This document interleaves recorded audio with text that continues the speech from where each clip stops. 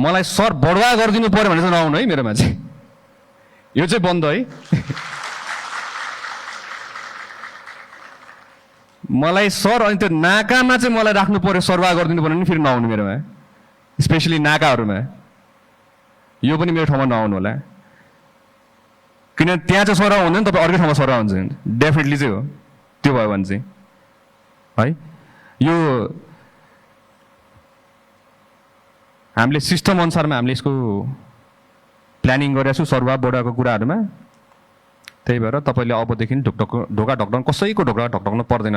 तपाईँ मेरो ढोका ढकढक्न आउनुहुन्छ भने मेरोमा चाहिँ ढोका ढकढक्दाखेरि सर मलाई समस्या पऱ्यो मात्र भनेर भनिदिनु, यति मात्रै भनिदिनु। म तपाईँको हरेक प्रहरीको लागि म तपाईँको आफ्नै समस्या जस्तो बुझेर म कुद्नेवाला छु, लिन्छु र म त्यसलाई समाधान गर्न भरपुर प्रयास पनि गर्नेवाला छु। धेरै अप्ठ्यारो नमान्नु, मसँग अप्ठ्यारो मान्नुपर्ने जरुरत छैन। निर्धक्क भएर मसँग तपाईँ कुरा गर्न आउनु सक्नुहुन्छ। बाहिरको विदेशको हेर्दाखेरि तपाईँले प्रहरीको लुगा हेर्दाखेरि ओहो अहिले नै क्रिमिनललाई पक्रिन्छ कि क्या हो भन्ने टाइपको लुगा हुन्छ। हाम्रो हेऱ्यो उद्रेको लुगा, खुइलेको चुस्ता, च्यातेको boot. We are going to change this, we will be changing this. यसलाई पनि परिवर्तन गर्छौँ हामीले। यसलाई पनि हामीले के गर्छौँ भन्दाखेरि चाहिँ राम्रोसित पुलिसलाई हेर्दाखेरि त्यो छुट्टै लेभलको रेस्पेक्ट आओस्। एसटिएफ को पनि मैले हेरिरहेको छु, तपाईँको नर्मल जस्तो देखिरहेको छु मैले। त्यहाँ मेरो अगाडि हिँड्ने टिमहरू पनि अलि हेर्दाखेरि पनि हेरोस्, देखोस् न तपाईँको ओहो एसटिएफ खतरा पुलिसहरू रहेछ। उहाँहरू त फुल्ली ट्रेन्ड, इक्विप्ड। दङ्गा नियन्त्रण गर्न जाँदाखेरि दुईटा हात दिएर पठान्छ। कसरी गर्ने दङ्गा नियन्त्रण? तर दुईटा हातले आन्दोलन रोक्न सकिँदैन हजुर।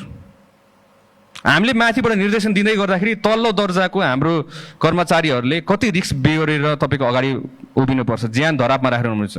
At least we need to equip them. तपाईँको त्यही अनुसारको सिल्ड, त्यही अनुसारको बुट, त्यही अनुसारको कम्युनिकेसन च्यानल्सहरू, इक्विपमेन्ट, गियर्स, ड्रोनको थ्रुबाट तपाईँको असुर ग्यासहरू हाम्रो फाल्न मिलिहाल्छ। त्यही अनुसारमा अनाउन्समेन्ट गर्न मिलिहाल्छ। This is called modern policing. So will be modernising police in Nepal from now on.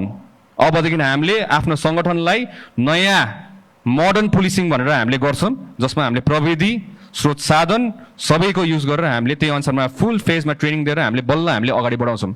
Without any shield no police is going to go to handle a riot.